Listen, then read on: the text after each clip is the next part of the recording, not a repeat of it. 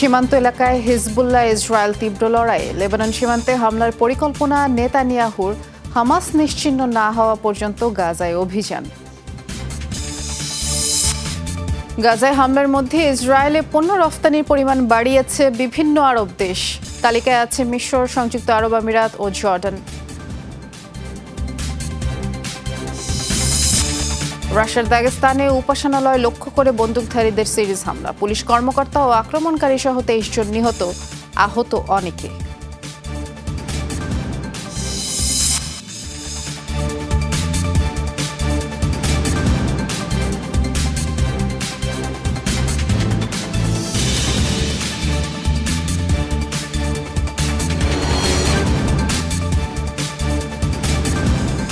শিরোনামগুলো শুনছিলেন, নুসরাত বৃষ্টির সাথে আছে। লেবানন ইসরায়েল সীমান্ত এলাকায় পাল্টাপাল্টি হামলা চালিয়েছে হিজবুল্লাহ এবং আইডিএফ। রোববার রাতভর এই হামলা চলে। এর মধ্যে লেবাননের দক্ষিণাঞ্চলে হিজবুল্লাহর বিভিন্ন ঘাঁটি লক্ষ্য করে বিমান হামলা চালায় ইসরায়েল। খিয়াম ও রামিয়া এলাকায় এই হামলা চালানো হয়। এর পাশাপাশি কেফেরকিলা এলাকায়ও নিষিদ্ধ ফসফরাস বোমার হামলা চালায় ইসরায়েলি বাহিনী। এছাড়াও লেবানন সীমান্তের আলমা আল শায়েব এলাকা লক্ষ্য করে গোলাবর্ষণ করা হয় দূরপাল্লার কামান থেকে। এদিকে হিজবুল্লাহ জানিয়েছে, ইসরায়েল সীমান্তের সেবা এলাকায় আইডিএফ এর অবস্থান লক্ষ্য করে 3 দফায় হামলা চালানো হয়েছে। এতে 2 ইসরায়েলি সেনা আহতের কথা জানিয়েছে আন্তর্জাতিক বিভিন্ন গণমাধ্যম।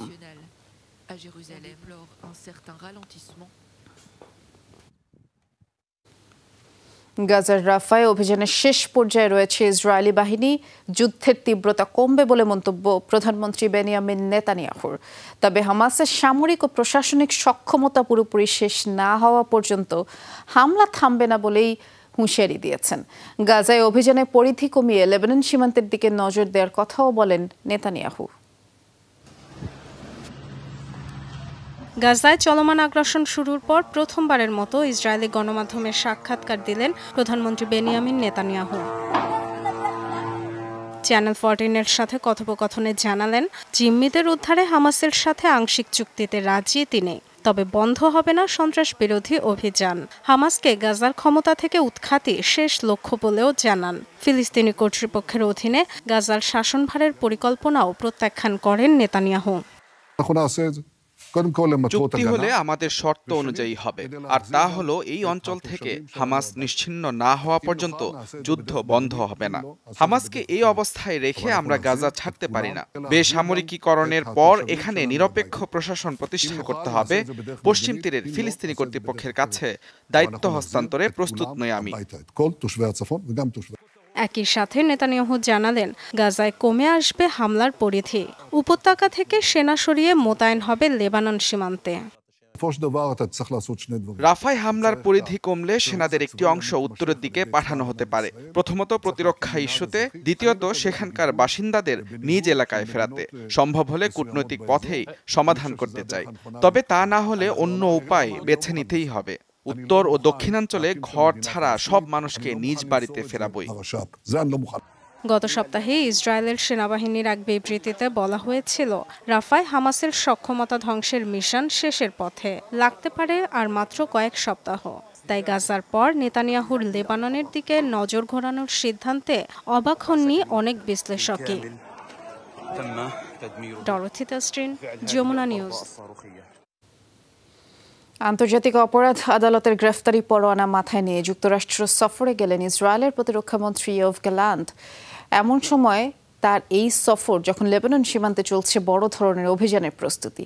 সোমবার ওয়াশিংটন ডিসিতে পৌঁছান তিনি। তেল আবিব প্রশাসনের বরাতে জানা গেছে, ইসরায়েলের উত্তরাঞ্চলে নিরাপত্তা ইস্যুই গ্যালান্টের যুক্তরাষ্ট্র মিশনের মূল এজেন্ডা। অস্ত্রের জন্য ধর্ণা দেওয়া উদ্দেশ্য বলে মনে করছেন অনেক বিশ্লেষক। সম্প্রতি হিজবুল্লাহকে ধ্বংসের লক্ষ্যে লেবাননে পূর্ণাঙ্গ অভিযানের পরিকল্পনার কথাও জানায় ইসরায়েলের সেনাবাহিনী।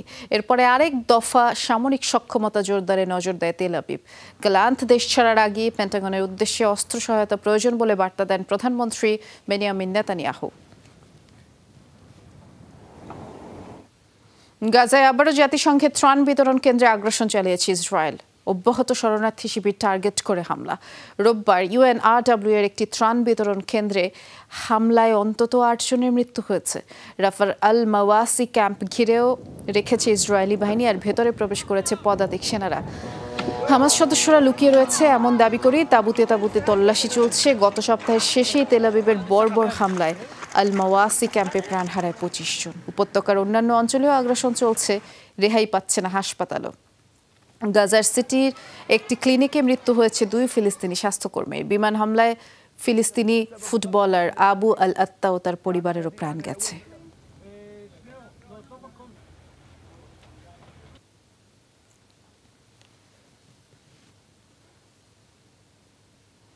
অপুষ্টির কারণে গাজায় প্রাণ হারালো আরও 2 শিশু। এ নিয়ে খাদ্যাভাবে ভুগে ফিলিস্তিনি শিশু মৃত্যুর সংখ্যা দাঁড়ালো 31 জনে। সোমবার এই তথ্য জানিয়েছে গাজার স্বাস্থ্য মন্ত্রণালয়। উত্তরাঞ্চল বেইত লাহিয়ার কামাল আদওয়ান হাসপাতালে শিশু দুটি মারা যায়। দীর্ঘদিনের অপুষ্টি এবং পানি শূন্যতার কারণেই তাদের মৃত্যু বলে জানিয়েছেন কর্তব্যরত চিকিৎসক। গাজায় চলমান ইসরায়েলি আগ্রাসনের জেরে দুর্ভিক্ষের কবলে গোটা উপত্যকা। খাদ্য সংকটের কারণে সবচেয়ে ঝুঁকিতে শিশুরা। অপুষ্টিতে ভুগে প্রাণহানির সংখ্যা বেড়েই চলেছে। প্রতিদিন হাসপাতালে ভর্তি হচ্ছে নতুন নতুন শিশু।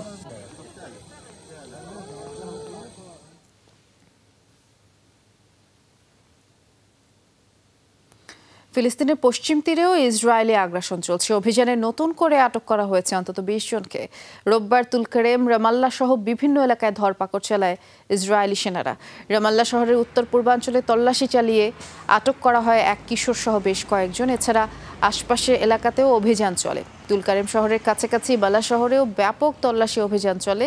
গাজা উপত্যকায় 7 অক্টোবর থেকে চলা ইসরায়েলি বর্বরতায় পশ্চিম তীর থেকে আটক হয়েছেন প্রায় 9,500 ফিলিস্তিনি।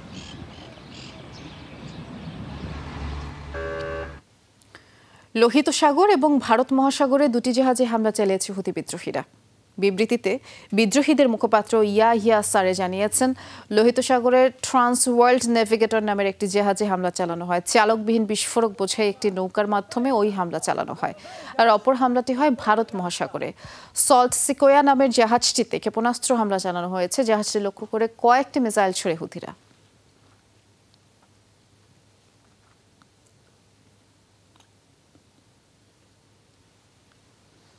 গাজা ইস্যুতে ইসরায়েলে তুরস্কের বাণিজ্যিক নিষেধাজ্ঞার ফায়দা লুটে নিয়েছে কয়েকটি আরব দেশ। আঙ্কারার ঘাটতি পূরণে তেল আবিবে নিজেদের পণ্য রফতানির পরিমাণ বাড়িয়েছে দেশগুলো। আর এই তালিকায় আছে মিশর, সংযুক্ত আরব আমিরাত ও জর্ডানের মতো দেশ।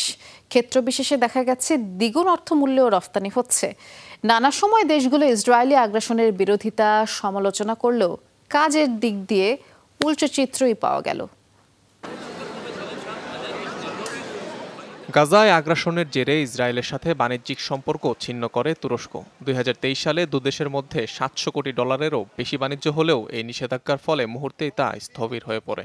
সুযোগ বুঝে কয়েকটি আরব দেশ ইসরায়েলে রফতানি মাত্রা বাড়িয়ে দেয়। মুখে ফিলিস্তিনের পক্ষ নিলেও কার্যত ইহুদি রাষ্ট্রেরই সুবিধা করেছে মিশর, সংযুক্ত আরব আমিরাত ও জর্ডান। আন্তর্জাতিক বিচার আদালতে ইসরায়েলের বিরুদ্ধে অবস্থান নিলেও বাণিজ্যে রীতিমতো উল্টো চিত্র মিশরের। গত বছরের তুলনায় তেল আবিবে দ্বিগুণ পরিমাণ পণ্য রফতানি করেছে কায়রো। ইসরায়েলের কেন্দ্রীয় পরিসংখ্যান ব্যুরোর তথ্যানুযায়ী গত মাসে দেশটিতে মিশরের রফতানির পরিমাণ $25 মিলিয়ন। আগের বছরের মে মাসের তুলনায় যা দ্বিগুণ। শুধু তাই নয়, কায়রোয় আগের চেয়ে 39% বেশি প্রাকৃতিক গ্যাস রফতানি করেছে তেল আবিব। বেড়েছে দুদেশের নিরাপত্তা ও জ্বালানি সহযোগিতা।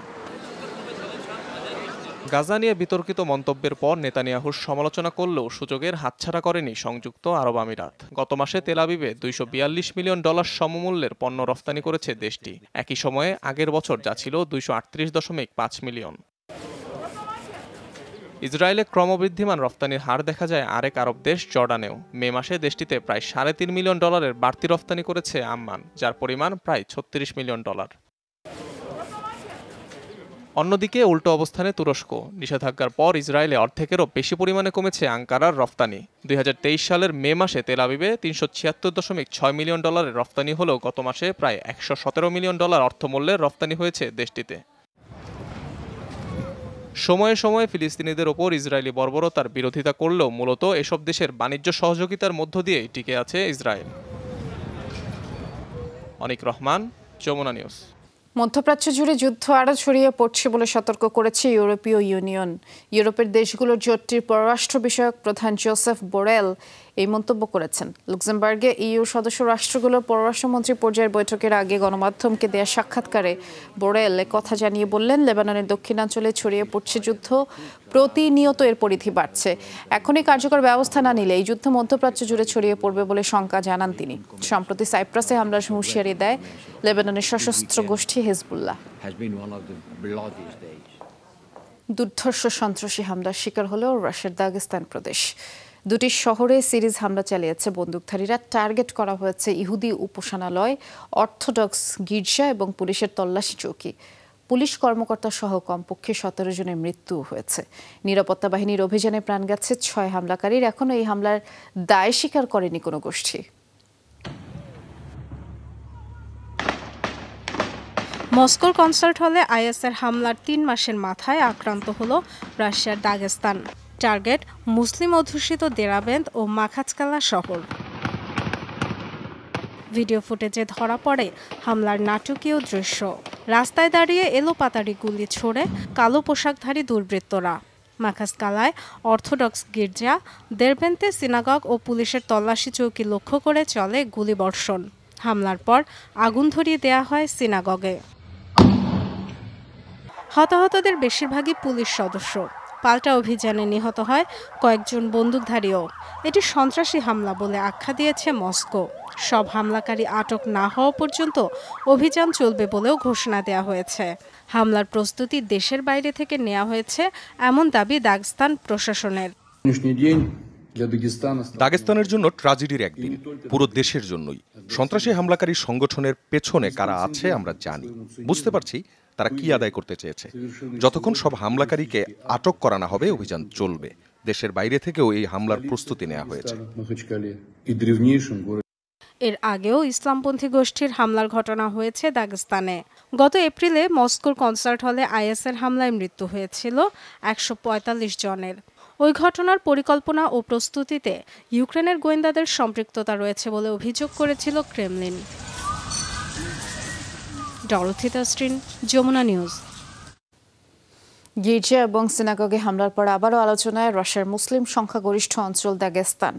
1.5 দশকের বেশি সময় ধরে কৌশলগতভাবে গুরুত্বপূর্ণ অঞ্চলটিতে কার্যক্রম চালিয়ে আসছে আইএস মতাদর্শের একাধিক জঙ্গি গোষ্ঠী। এর মধ্যে সবচেয়ে আলোচিত ইসলামী এমিরেটস অব ককেশাস। গেল মার্চে মস্কোর ক্রোকাস হলে হামলা চালানো হয় দাগেস্তান থেকেই। দেরবেন্দ এবং মাখাচকালা শহরের গির্জায় চলছিল অর্থোডক্স খ্রিস্টানদের ধর্মীয় উৎসব পেন্টাকস্ট। এর মধ্যে দাগেস্তানের সবচেয়ে বড় দুটি শহরের গির্জা এবং সিনাগগে চলে বন্দুকধারীদের হামলা। এই ঘটনার পর আবার আলোচনায় মুসলিম সংখ্যাগরিষ্ঠ রুশ অঞ্চলটি। কাস্পিয়ান সাগর পারের অঞ্চল দাগেস্তানকে ঘিরে রয়েছে আজারবাইজান, জর্জিয়া এবং আর্মেনিয়া। ফলে কৌশলগতভাবে এর অবস্থান অত্যন্ত গুরুত্বপূর্ণ। দাগেস্তানকে ঘিরে উত্তেজনা শুরু প্রায় 1.5 যুগ আগে। 2007 সাল থেকে মূলত অঞ্চলটিতে উত্থান আইএসের মতাদর্শের বিভিন্ন জঙ্গি গোষ্ঠীর। পরবর্তী 1 দশক আলোচিত হয় ইসলামী এমিরেটস অব ককেশাস নামের একটি জঙ্গি সংগঠন। দাগেস্তান থেকে বিভিন্ন সময়ে সন্ত্রাসী কার্যক্রম পরিচালনা করা হয় পার্শ্ববর্তী অঞ্চল ইনগাশতিয়া, কাবার্দিনো বালকারিয়া এবং মুসলিম সংখ্যাগরিষ্ঠ চেচনিয়াতেও। এমনকি গেল মার্চে মস্কোর ক্রকাস সিটি হলে ভয়াবহ হামলাতেও সম্পৃক্ততা মেলে দাগেস্তানের। অঞ্চলটি থেকে গ্রেফতার করা হয় হামলার সাথে জড়িত 4 প্রধান সন্দেহভাজনকে। 2023 সালের অক্টোবরে দাগেস্তান বিমানবন্দরে হামলা হয় ইহুদিদের ওপর। বিভিন্ন সময় অঞ্চলটিতে সহিংস পরিস্থিতির জন্য বারবার ইসলামপন্থীদের জড়িত থাকার ঘটনায় ক্ষুব্ধ স্থানীয় মুসলিমরাও। যদিও দাগেস্তানে অস্থিতিশীলতার জন্য পশ্চিমা শক্তির ষড়যন্ত্রকে দায়ী করে আসছে ক্রেমলিন, মস্কো বলছে রুশদের মধ্যে বিভেদ সৃষ্টির জন্য উস্কানি দিচ্ছে পশ্চিমা গোয়েন্দা সংস্থা। মীর মুশফিকা হাসান, যমুনা নিউজ। রুশ অধিকৃত ক্রাইমিয়ায় ব্যাপক হামলা চালিয়েছে ইউক্রেনীয় বাহিনী। রোববারের হামলায় 3 শিশুসহ অন্তত 5 জন নিহত হয়েছে, শতাধিক আহত হয়েছেন। উপদ্বীপটির সবচেয়ে বড় শহর সেভাস্তোপলে এই হামলা চালানো হয়। রুশ কর্তৃপক্ষ জানায় সৈকত এলাকায় ওই হামলা হয়। মস্কোর অভিযোগ, মার্কিন ক্ষেপণাস্ত্র ব্যবহার করে বেসামরিক বাসিন্দাদের উপর ওই হামলা চালানো হয়। এদিকে ইউক্রেনের ভূখণ্ডে ব্যাপক হামলা চালিয়েছে রুশ বাহিনী। মস্কোর দাবি, ইউক্রেনীয় বাহিনীর প্রশিক্ষণ কেন্দ্র লক্ষ্য করেই এসব হামলা চালানো হয়েছে। এর পাশাপাশি খার্কিভ শহরেও হামলা চালায় রুশ বাহিনী। কংগ্রেস নেতৃত্বাধীন বিরোধী জোটের বিক্ষোভের মধ্য দিয়ে শুরু হলো ভারতের নতুন পার্লামেন্টের প্রথম অধিবেশন। ক্ষমতাসীন বিজেপি জোটের বিরুদ্ধে সংবিধান লঙ্ঘনের অভিযোগ আনে কংগ্রেস নেতৃত্বাধীন ইন্ডিয়া জোট অধিবেশনের শুরুতেই অস্থায়ী স্পিকার হিসেবে ভর্তৃহারি মহাদেবকে শপথ বাক্য পাঠ করান প্রেসিডেন্ট দ্রৌপদী মুর্মু। নিয়ম অনুযায়ী সবচেয়ে প্রবীণ এবং বেশিবার নির্বাচিত এমপি অস্থায়ী স্পিকার হিসেবে নির্বাচিত হন। বিরোধী শিবিরের অভিযোগ, কংগ্রেসের এমপি সুরেশ 8 বার এমপি হলেও মহতের হয়েছে 7 বার। আর কেন্দ্রীয় পরীক্ষায় দুর্নীতি এবং প্রশ্ন ফাঁস ইস্যুতেও ক্ষোভ জানান বিরোধী নেতারা। এর আগে প্রধানমন্ত্রী নরেন্দ্র মোদী সহ এমপিরা শপথ গ্রহণ করেন।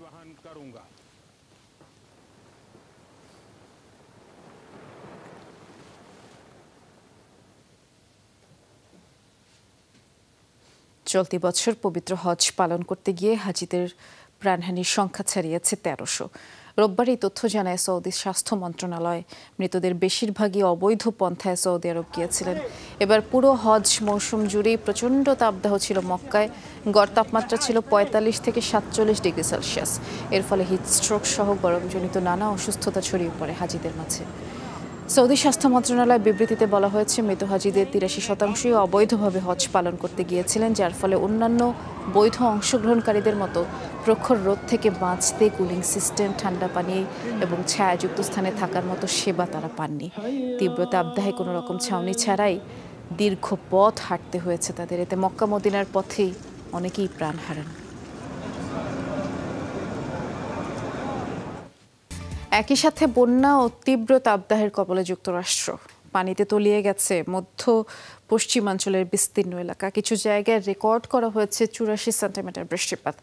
পানিবন্দী 10 লাখের বেশি মানুষ এবং নদীর পানির উচ্চতা বেড়ে যাওয়ায় সবচেয়ে বিপর্যস্ত সাউথ ডাকোটা ও আইওয়া। ক্ষতিগ্রস্ত হয়েছে শতাধিক বাড়িঘর। সাউথ ডাকোটায় একজনের প্রাণহানির খবর পাওয়া গেছে। অন্তত 21 কাউন্টিতে জারি হয়েছে জরুরি দুর্যোগকালীন অবস্থা। এদিকে মধ্য আটলান্টিক থেকে মিসিসিপি উপত্যকায় তীব্র তাপদাহ চলছে। দৈনিক গড় তাপমাত্রা 41 ডিগ্রি সেলসিয়াসের আশপাশে। হিট অ্যালার্ট জারি করা হয়েছে Oklahoma, Washington DC, New York ও বাল্টিমোর সহ বিভিন্ন এলাকায়। আবহাওয়া বিভাগ জানিয়েছে, অন্যান্য বছরের তুলনায় এবার অনেক আগেই তাপদাহ শুরু হয়েছে। এর স্থায়িত্ব বেশি দিন হবে। এই পরিস্থিতির জন্য জলবায়ু পরিবর্তনকেই দায়ী করছেন বিশেষজ্ঞরা। টানা বৃষ্টিতে ভয়াবহ বন্যা ও ভূমিধসে বিপর্যস্ত সুইজারল্যান্ডের দক্ষিণ পূর্বাঞ্চল। কর্তৃপক্ষ জানিয়েছে, এখন পর্যন্ত নিখোঁজ অন্তত 3 জন, পানিবন্দী হাজারো বাসিন্দা। গেল শুক্রবার থেকেই অঞ্চলটিতে টানা বৃষ্টি চলছে। এতে করে নদীর পানির উচ্চতা বেড়ে যাওয়ায় বন্যা পরিস্থিতি তৈরি হয়। তীব্র ঝড়ে উপড়ে গেছে গাছ, বৈদ্যুতিক খুঁটি। পানির তোরে বিভিন্ন সময়ে সড়ক ভেসে যাওয়ায় যোগাযোগ ব্যবস্থা ব্যাহত হচ্ছে। টানা বৃষ্টিপাতের কারণে ভূমিধসের ঘটনাও ঘটেছে বিভিন্ন স্থানে। ক্ষতিগ্রস্ত হয়েছে বহু স্থাপনা। দ্রুতই স্থানীয়দের নিরাপদে সরিয়ে নেওয়ার কাজ চলছে বলে জানিয়েছে কর্তৃপক্ষ।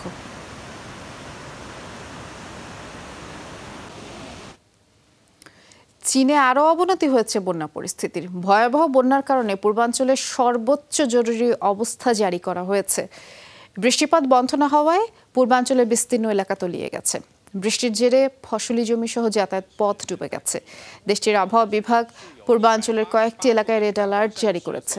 আর বাসিন্দাদের দ্রুতই নিরাপদে সরিয়ে নিতে কাজ চলছে বলে জানিয়েছে স্থানীয় প্রশাসন। ঝড় বৃষ্টি উপেক্ষা করেই পানিবন্দীদের উদ্ধারে কাজ করছে জরুরি বিভাগের সদস্যরা। ছোট ছোট নৌকায় তাদেরকে সরিয়ে নেওয়া হয়। আরও কিছুদিন দুর্যোগপূর্ণ পরিস্থিতি থাকবে বলেই জানিয়েছে আবহাওয়া বিভাগ।